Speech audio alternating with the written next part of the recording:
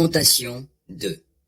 Comment, dans sa colère, le Seigneur a couvert par les ténèbres d'Amsion. Il a précipité du ciel jusque sur terre la splendeur d'Israël. Il a même oublié l'escabeau de ses pieds au jour de sa colère.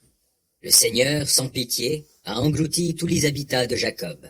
Dans son indignation, il a démantelé les villes fortifiées du peuple de Juda, il a jeté à terre et il a profané le royaume et ses princes. Dans sa colère ardente, il a brisé entièrement la force d'Israël. Il lui a retiré le secours de sa droite quand venait l'ennemi. Il a allumé en Jacob comme un brasier ardent qui consume tout alentour.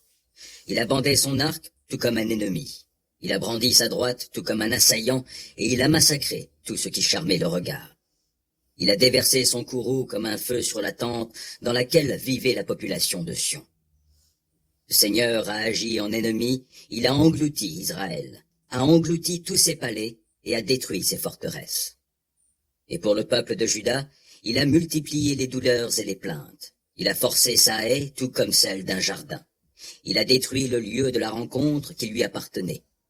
En Sion, l'Éternel a livré à l'oubli les jours de fête et de sabbat, et dans sa colère indignée, il a méprisé les rois et les prêtres. Le Seigneur a rejeté son autel et il a dédaigné son sanctuaire. Il a livré à l'ennemi les murs des palais de Sion, leurs voix ont retenti dans le temple de l'Éternel comme en un jour de fête.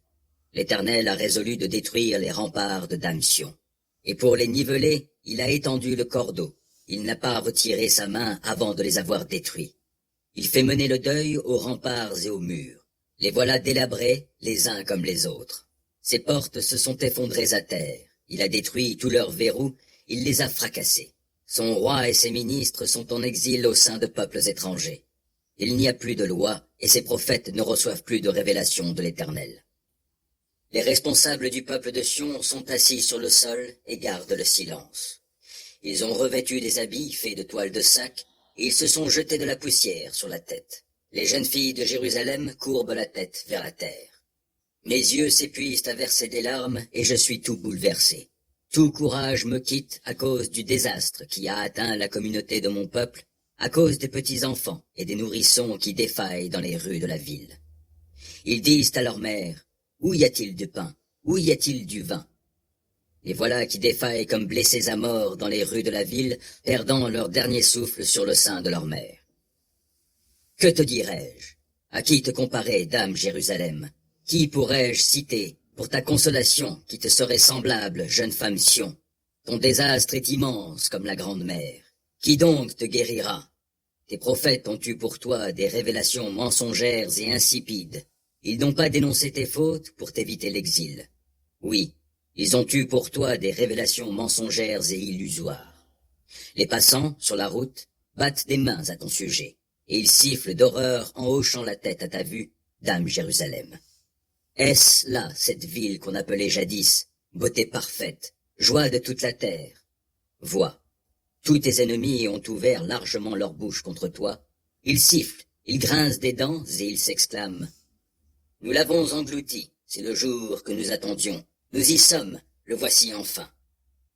L'Éternel a réalisé tout ce qu'il avait résolu, il a accompli sa parole, tout ce qu'il avait ordonné depuis des temps anciens.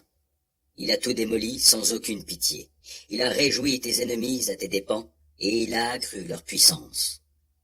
Le cœur du peuple crie vers le Seigneur. Muraille de Damsion, laisse couler tes larmes jour et nuit comme un fleuve. Ne t'accorde aucun relâche. De ton œil n'est pas de repos.